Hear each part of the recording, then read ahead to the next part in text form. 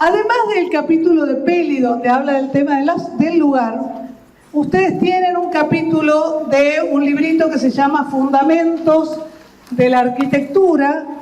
Ahí está tienen esta fotocopia, y ahí habla de contexto. Es interesante el tema del contexto porque, Peli habla del lugar y estos hablan de contexto. ¿Cuál es la diferencia? Lugar, en realidad, uno lo puede tomar como algo físico, pero el lugar tiene una intención, una dimensión en realidad psicológica diferente. El lugar es un sitio donde uno siente que hay un espíritu en particular. Se siente el espíritu del lugar. ¿Vieron que ustedes cuando van a cualquier lado dicen, ay, este lugar me gusta? Y a ver, qué lindo lugar. Siempre cuando se habla del lugar, se habla en términos emocionales, ¿no? Bueno, eso creo yo que es lo que transmite el texto de Peli. Hablar del sitio en términos emocionales, en términos de alguna manera psicológicos, donde uno siente un determinado espíritu del lugar. El capítulo 3 de contexto, en realidad divide el tema de contexto en 4 aspectos: el contexto físico, el contexto infraestructural, el contexto efímero y el contexto ambiental. Y plantea que estos 4 aspectos del contexto son las cosas que, determinan ciertas elecciones de diseño. En el caso del contexto físico habla de las estructuras existentes, o sea, qué es lo que hay construido a la vuelta, de la topografía, o sea, cómo es el terreno, del emplazamiento, de cómo se puede poner el edificio, y de las vistas que hay desde el edificio y hacia el edificio. ¿Sí? Desde el lugar, qué vistas tengo y cómo puedo ver ese edificio. Por otro lado, habla de los materiales de dos maneras. Por un lado, habla de la disponibilidad de un determinado material que a veces hace que el lugar se caracterice por el uso de ese material. Cuando hoy veíamos las casas de Tafí del Valle y veíamos que todas tienen piedras, y bueno, es razonable, en Tafí del Valle no hay árboles, no hay muchos árboles, pero sí hay mucha piedra. Entonces es razonable construir con piedra, ¿sí? Por otro lado, esa disponibilidad a veces también tiene que ver, se vuelve una presencia en particular. O sea, puede haber disponibilidad de construir con piedra, pero en una de esas no se quiere dejar a la vista, pero en este caso sí se deja a la vista la piedra y forma parte de este contexto físico. También explica que hay dos aspectos, otro aspecto que hay que tomar en cuenta del contexto físico, y es el tamaño. Las dimensiones del sitio, ya sea para poner el edificio, y las dimensiones del paisaje natural o urbano que lo enmarca. No es lo mismo construir en un sitio muy cerrado, muy de perspectiva corta, que en un sitio donde yo voy a ver el edificio a lo lejos. Por otro lado, también habla dentro del contexto físico de 2 tipos de espacios que hay que tener en cuenta en el momento de implantar un edificio en un determinado espacio, un determinado lugar. Y es el hecho de que hay que pensar en los espacios públicos, en la manera en que se accede al edificio, cómo se entra al edificio, como espacio público en relación al contexto, y en el espacio privado en tanto de cómo se circula y cómo corre el aire dentro del edificio.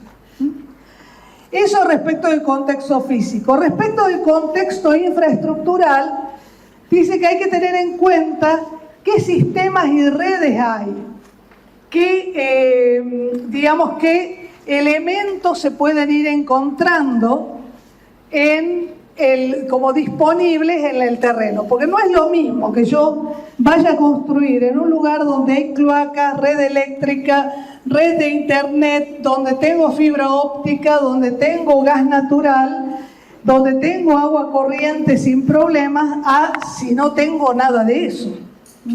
La actitud hacia la construcción seguramente va a ser distinta. Lo mismo pasa con el transporte. El hecho de que haya vías de transporte rápido, lento o medio cerca de donde yo estoy, también va a condicionar la manera en que ponga el edificio. Para bien o para mal. Por otro lado, habla de un contexto efímero. Y ese contexto efímero tiene que ver con el uso del espacio, con el uso del lugar, tanto en eventos culturales que pueden ser efímeros, qué sé yo, volviendo a Tafí del Valle, si yo tengo que hacer una casa al lado del predio del Festival del Limón, tengo que prever que en determinada época del año ese Festival del Limón no me va a dejar dormir, y el Festival del Queso tampoco, y todos los festivales que se realicen en ese predio van a tener, digamos, un impacto auditivo sobre el lugar donde yo estoy. Entonces voy a tener que construir pensando no solamente en las dimensiones del espacio, en los caminos, en si tengo luz, agua, gas, etcétera, sino también en cómo se usan los espacios aledaños. Por otro lado, también tengo una cuestión histórica, ¿sí? Que también es ese contexto efímero que hace que las cosas se usen y se crean y se usen de una determinada manera. Hace un tiempo a mí me contaba un arquitecto amigo que había ido a Santiago del Estero, cerca del Chaco salteño, y estaba con un lugar que se llama Batiruana, y que entonces, hablando con los guareños, le preguntaba que por qué todas las casas tenían la puerta principal que miraba al este. Y el señor le dijo, bueno, porque así tiene que ser. ¿Y por qué? Y porque así es.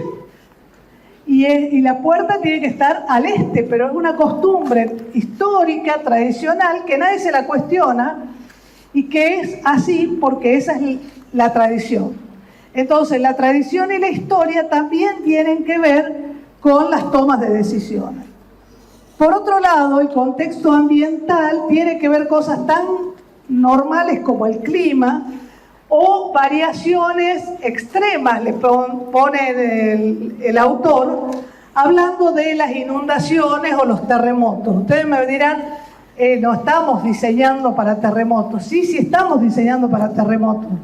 Nosotros tenemos que diseñar en Tucumán de manera tal de absorber los posibles sismos. Estamos en zona sísmica, entonces, si bien no es demasiado grave, tenemos que diseñar en este contexto para variaciones extremas, como pueden ser las inundaciones o como pueden ser los terremotos. Cosas que esperemos que no pase demasiado seguido, pero hay que diseñar pensando en eso, si no puede ser gravísimo. Bueno, en general los sismos, hay dos maneras de trabajar con los sismos. Hay, digamos, tradicionalmente hay dos formas. Una con estructuras rígidas, hiperrígidas, que tratan de absorber el sismo, y entonces en general se hacen encadenados y refuerzos antisísmicos en toda la estructura. Y esa es una manera de absorber el sismo. Otra manera de absorber el sismo es con estructuras móviles, como funcionan, por ejemplo, estructuras que se puedan mover sin romperse, ¿sí?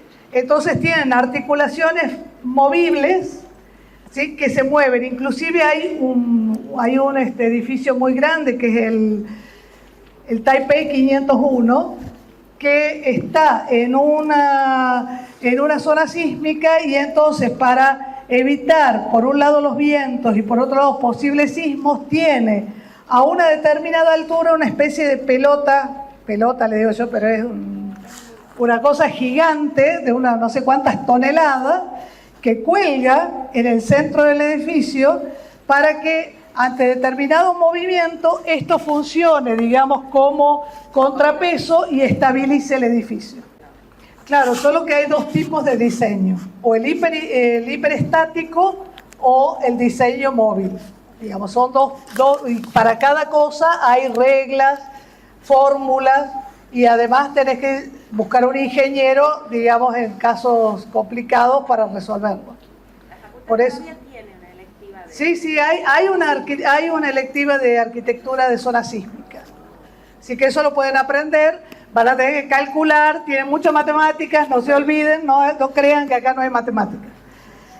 Bueno, hay otro texto que ustedes tienen que se llama El Proyecto de Arquitectura de Alfonso Muñoz Cosme, que habla del lugar y dice que en el lugar, eso incluye la topografía, el relieve, el asoleamiento. ¿Saben lo que es el asoleamiento? Ya lo van a estudiar con el arquitecto José Luis Guijarro, lo van a tener que calcular. El asoleamiento es la cantidad de luz que recibe a través del sol la arquitectura. Y eso va a depender de la orientación, de la orientación que tenga el edificio y de lo que tenga a la vuelta. Además de la orientación, los elementos que estén construidos o vegetales a la vuelta. Por otro lado tienen la pluviometría. ¿Saben lo que es? Es la cantidad de agua que cae. Las vistas, el entorno, el paisaje, la orientación, la luz, todo eso forma parte del lugar. Todo tiene variables físicas y lo que dice Muñoz Cosme es que además de las variables físicas existe lo que se llama el genius loci. El genius loci es en realidad una expresión latina que se puede traducir como el espíritu del lugar. El espíritu del lugar que era, digamos, considerado por los romanos como el dios que habitaba el lugar. En arquitectura, cuando hablamos del genius loci, lo que estamos hablando es de eso que el lugar quiere ser de alguna manera, eso que el lugar transmite. Entonces, por ejemplo, fíjense, este es un ejemplo de una obra de arquitectura que en una aldea de pescadores que tienen esa forma, un arquitecto hizo esto que es la escuela. Tomando las formas de construcción del lugar, la tipología, digamos, espacial del lugar, lo que hizo fue una escuela que no era exactamente igual a las casas, pero que tomaba la idea de las casas para respetar su inserción en este pueblo. Y entonces ahí hizo como segunda casa la escuela. El genius loci, entonces, es en la mitología romana el espíritu protector de un lugar. Por otro lado existe el concepto también del lugar, una cosa que se está hablando desde hace ya mucho tiempo, pero que pertenece a fines del siglo XX, es el tema del palimpsesto. Ya pasaron los 40. Ah, bueno, voy rápido entonces. Gracias. El palimpsesto en realidad era significa grabado nuevamente. ¿Y qué era? Que antes, cuando ustedes tenían que escribir, no había papeles, resmas de papeles y esas cosas para que dame una cosa para que escriba y lo imprimo y ya está, sino que se escribía o en hojas de papiro o se escribía en pieles de cordero. ¿Qué pasaba cuando se escribía y lo que se escribía ya no tenía valor de alguna forma? Se trataba de borrar eso y se volvía a escribir encima. ¿Qué pasaba con el palimpsesto? Quedaban siempre huellas, ¿sí? Entonces, la idea del palimpsesto es que uno va construyendo y va creando como capas geológicas de construcción. Como, digamos, va superponiendo acciones sobre un determinado lugar. Fíjense acá, por ejemplo, en esta demolición vemos el palimpsesto de la casa que acaban de destruir, se ve la huella, ¿no? Bueno, por supuesto que eso no queda así. Pero fíjense en esta imagen. Esto es la mezquita de Córdoba en España. Este puente que está acá, los construyeron los romanos en el siglo I. Esto que está acá esta cosa cuadrada que está acá, es una mezquita que se construyó durante 7 siglos. Los 7 siglos que estuvieron los árabes en España fueron ampliando la mezquita. Y cuando vinieron y reconquistaron Córdoba, los españoles le metieron en el medio la Catedral de Córdoba. Así, ¡paf! Acá. ¿Sí? Entonces, hoy, ¿cómo se llama el lugar ese? La Mezquita Catedral de Córdoba. Así. Son las dos cosas. Y esto es como el palimpsesto, y todas las ciudades tienen eso.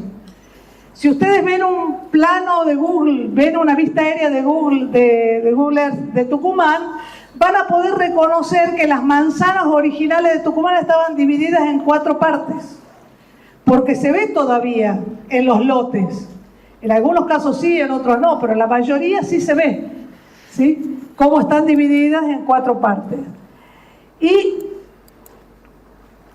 siempre vamos a poder analizar el lugar en función, digamos, de muchas cosas. En otro texto de la Casa Forma y Diseño, un arquitecto llamado Charles Moore habla de que uno puede entrar al lugar dominándolo, como puede ser la Catedral de San Pedro, que claramente tiene intención de mostrar su poder y su lugar en la ciudad, dominando el paisaje y la vista, es muy clarito, y entonces tiene un eje de entrada y es todo muy claro y es todo muy procesional. O, por ejemplo, este es el plano de la Villa Katsura, que es la villa imperial donde vivía el emperador de Japón. Y en esta villa, en realidad, la idea no era que hubiese un eje principal, sino que uno tuviera distintas formas de entrar. ¿Y en función de qué tenía esas formas de entrar? En función de la época del año en la que íbamos a ir a la villa. ¿Por qué? Porque había árboles que estaban lindos en otoño y otros árboles que estaban lindos en primavera y otros que estaban lindos en verano. Entonces los circuitos se armaban según cómo estaban de lindos los árboles. Entonces los senderos se abrían y se cerraban, digamos, con distintas cosas para que uno tuviese diferentes caminos según la época del año. Es precioso. Y esta es una de las imágenes de cómo se va en la Villa Katsura. ¿Sí? Es diferente, son diferentes caminos. Fíjense que yo puedo ir por aquí, o puedo venir por acá, o puedo venir por acá. Son otra idea de cómo entrar en el entorno. Puedo continuar o ponerme. ¿Sí? Acá estoy sobre un elemento plano o poniéndome verticalmente. En cambio acá me pongo, digamos, como creciendo por la montaña. Puedo con la trama urbana continuar o puedo oponerme a esa trama urbana y hacer algo mucho más grande o que sea muy diferente a lo que está en el entorno o que tenga una forma diferente, ¿sí? Como el Guggenheim de Nueva York o como esta otra obra. Puedo hacer que esto funcione como dominio o como integración. Puedo adecuarme a través de los materiales y los recursos naturales. Puedo adecuarme al sitio según la orientación, creando filtros, sombras, protegiéndome del agua, de la nieve, del frío.